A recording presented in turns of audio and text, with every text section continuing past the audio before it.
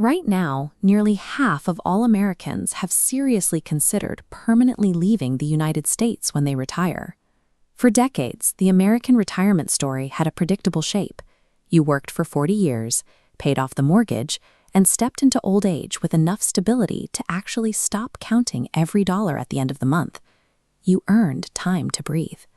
That contract changed quietly while people were busy living inside it. Today, the average Social Security check for an American retiree sits at about $2,000 a month. Here is where the math falls apart. The average retired household spends $5,000 a month. Compared to a $2,000 income, you are left staring at a $3,000 deficit every single month that must be filled.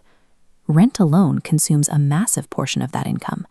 An average apartment runs $1,500 a month. In a major hub like Miami or Austin, a modest one-bedroom easily swallows 3/4 of a Social Security check before you even buy groceries. Millions of older Americans are trapped inside an equation that simply does not balance. They are quietly living through the collapse of their secure retirement. You rarely see protests or dramatic headlines about this. The crisis happens entirely behind closed doors. It means skipping the dentist, buying generic groceries, or stretching prescriptions to pay bills. Eventually, the savings run dry. Walk into a large retail store and look at who is standing behind the register. These are often men and women in their late 60s and 70s, taking on physical labor out of pure arithmetic necessity. Underneath that financial pressure is an equally heavy social erosion. The community that once made aging in place viable has quietly disappeared. Kids move across the country for work.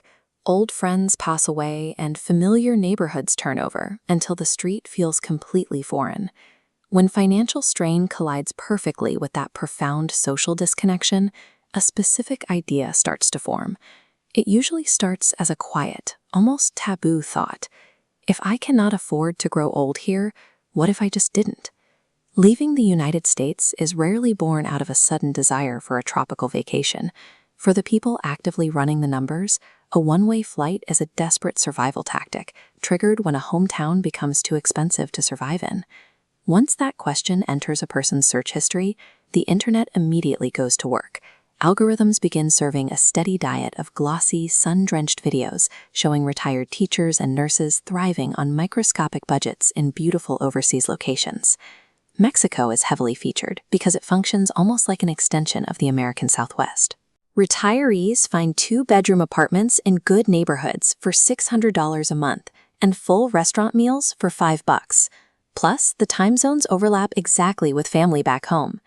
Thailand draws a different crowd by offering a steep drop in daily living costs, but the true draw is the healthcare. A visit to a top-tier private hospital runs about $15. Americans who have spent years living in dread of a domestic medical bill experience an almost forgotten feeling walking out of those facilities: pure relief.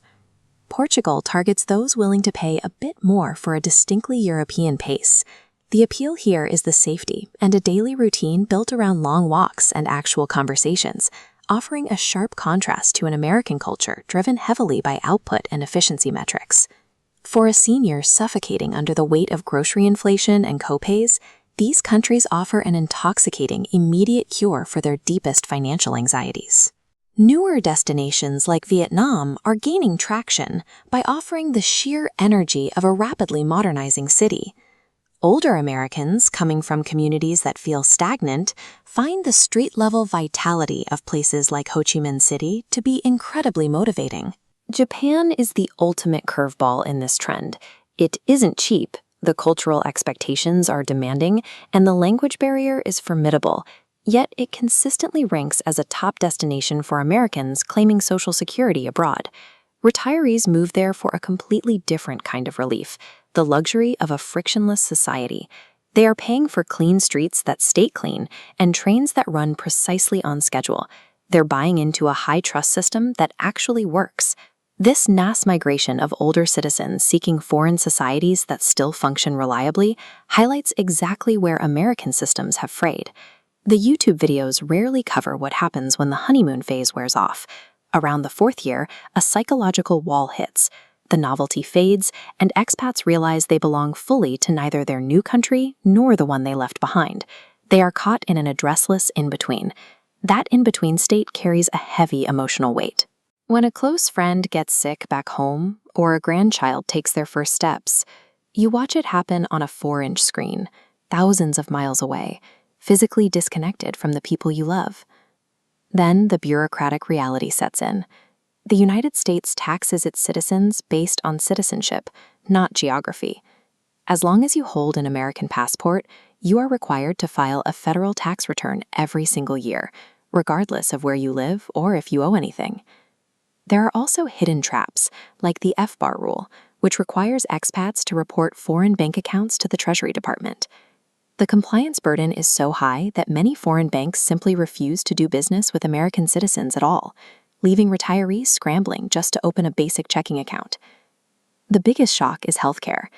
With very few exceptions, Medicare only covers care received inside the United States. The moment you move your primary residence overseas, the medical safety net you spent 4 decades paying into ceases to function entirely. Escaping American rent prices means taking on a massive new vulnerability. It means managing complex financial compliance and navigating medical emergencies in a foreign language, almost entirely on your own. Looking at this graphic, the gap between the fantasy and the reality becomes incredibly clear. While 44% of Americans have considered retiring abroad, less than 1% of Social Security recipients actually do it. The dream is massive. The execution is rare. That bottleneck exists because uprooting your life means abandoning an invisible web of local knowledge. You have to give up knowing which pharmacy is open late or who to call when the furnace breaks, and rebuild that entire practical infrastructure in a new language, starting from zero. For most, the logistical hurdles pale in comparison to family. The sheer terror of being an exhausting, full-price transatlantic flight away when a loved one is in trouble is the exact moment the conversation ends. The countries drawing these retirees have actively built visa programs and infrastructure to capture a stable, English-speaking demographic that the United States failed to accommodate. The millions who run the numbers and ultimately unpack their bags do so because human beings will almost always choose a familiar difficulty over a terrifying unfamiliar possibility. They know exactly how hard staying will be, and they adjust to it. Retiring abroad isn't a genius financial windfall. It's a grim, practical response to a systemic failure. The choice comes down to running out of money in the hometown you built your life in, or abandoning your safety net to age in a foreign country. Either way, the secure retirement that generations of working Americans were promised is quietly slipping out of reach.